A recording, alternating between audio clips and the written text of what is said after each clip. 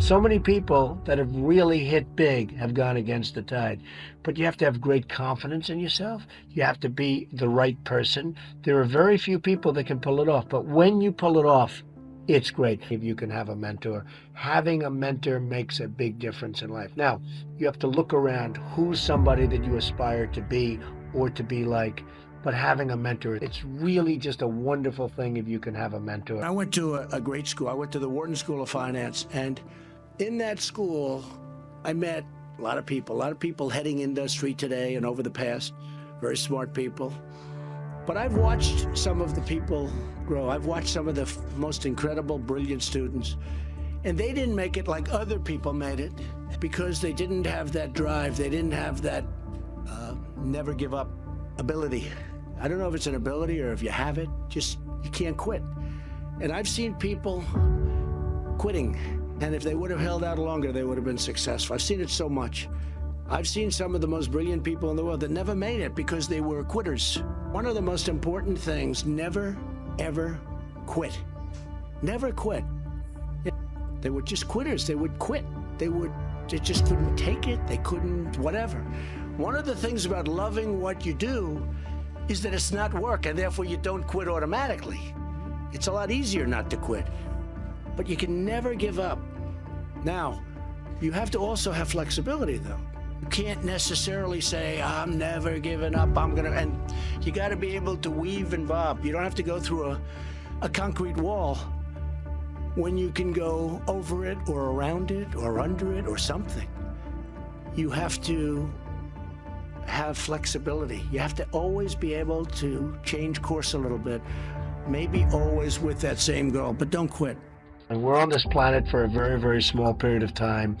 And achievement is something that really gives you great pleasure. And when you achieve something, that's great, but now on to the next. Very important, you keep going. I was no different when I was 20 years old, believe me. I wanted to be successful. I wanted to get out of Brooklyn. I said, Pop, I love you, but I want to get out of Brooklyn. I love Brooklyn, but I want to get out. And I love those buildings. I look from Queens and Brooklyn, and I'd see those big buildings, those big skyscrapers in Manhattan. I said, Pop, that's what I want to do. That's what I wanted to do.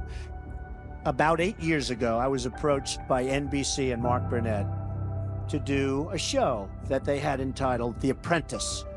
Now, I had an agent, a big agent, and he was a great agent. But I shook Mark Burnett's hand, and NBC was dying to do it, and they said, we'd only do it if you do it, Trump. You're the only one we want, nobody else.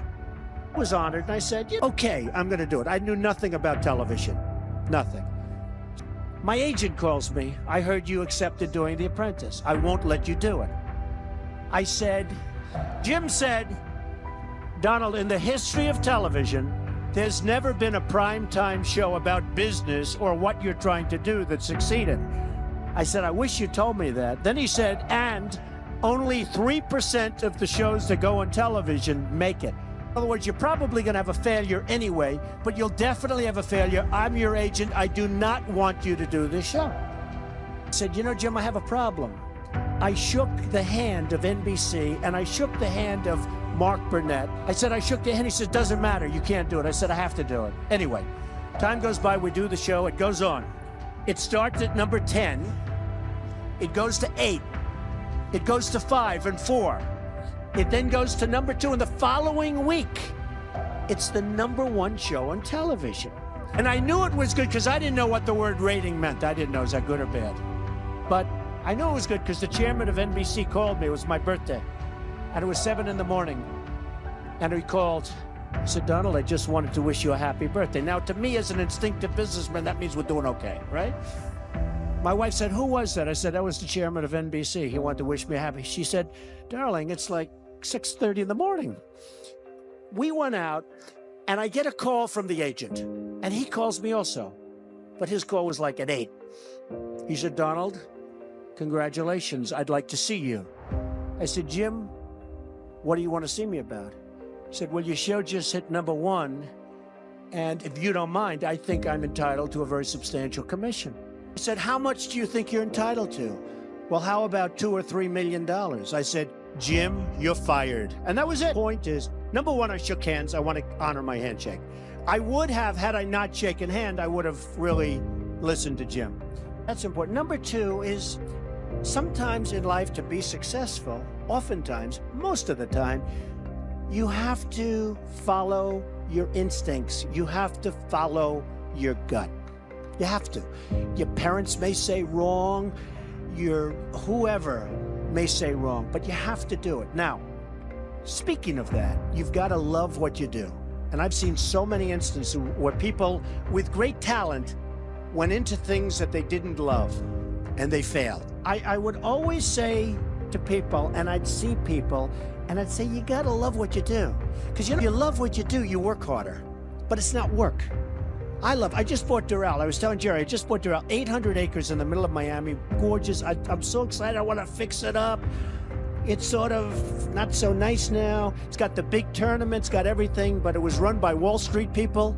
Wall Street people aren't good for fixing things. They're good for moving paper. That's not good. That's not what we want in the country. I want to do sort of a version of what you did here, but I have many, many jobs like that. I love taking things and fixing them, taking things and building. I love building. I almost like fixing better because if you're smart, if you're really smart, you can save a lot of money. When the building is there, the foundations are built, the steel is up, the walls are up, and then, you have people say renovation costs you more money. Those are people that aren't smart people. I know that for a fact you renovated a couple buildings here and did very well, that you could never ever do if you had to build new. If you build new, I love that too. I do it both ways. But there's something great about the renovation project. So, you've got to love what you do. You've got to work hard. Never, ever quit. Never, ever give up, because that's the other thing. I've seen people that are super genius, but they don't have that gut feeling. They don't have that stick-to-itiveness, that never quit. And I've seen people that almost made it and failed because they couldn't go that extra mile. They couldn't do it. So you get something, you never, ever quit, never, ever give up. When people ask me about success, I've just started thinking about it over the last couple of years because I've seen a lot of it. You have to have an ability to handle pressure because no matter how successful you are, I have many, many friends and enemies, a lot of enemies too, I don't care, but they're smart. I have a lot of enemies, and I've watched people and I've seen it. And people that can handle pressure can be entrepreneurs, can be successful. Now, I have some friends that are really, really smart, but they can't handle pressure. In which case, they should work for somebody, do great, and have a good life. There's nothing wrong with it. Because I almost think that's an instinctive thing, the ability to handle pressure. Now, one of the things I tell people about pressure is, you know what? They said, how do you handle pressure? Who's had more pressure than me? Have I had pressure over the years? You have to remember, it doesn't matter. God matters. Your family matters. It doesn't matter. And if you say it, I have some people, they say, I've got to be successful. I've got to be. They'll never be successful. It's too crazy. They can't think straight. Does that make sense? Does that make sense to you that was going crazy, standing up about your success, right? So you've got to be able to sort of say to yourself, nothing matters that much other than the real big deals with family, with your faith, etc. Okay. Always have passion. You've got to have passion for your family, for your life, for your church, for whatever it is. You've got to have that passion. I've always believed in positive thinking. At the same time, I don't want to mislead. I also believe in aspiring, in terms of what you're doing, aspiring to protect against the downside. You can't just be this wonderful guy walking around, everything's positive, because unfortunately, that's not the way the world is.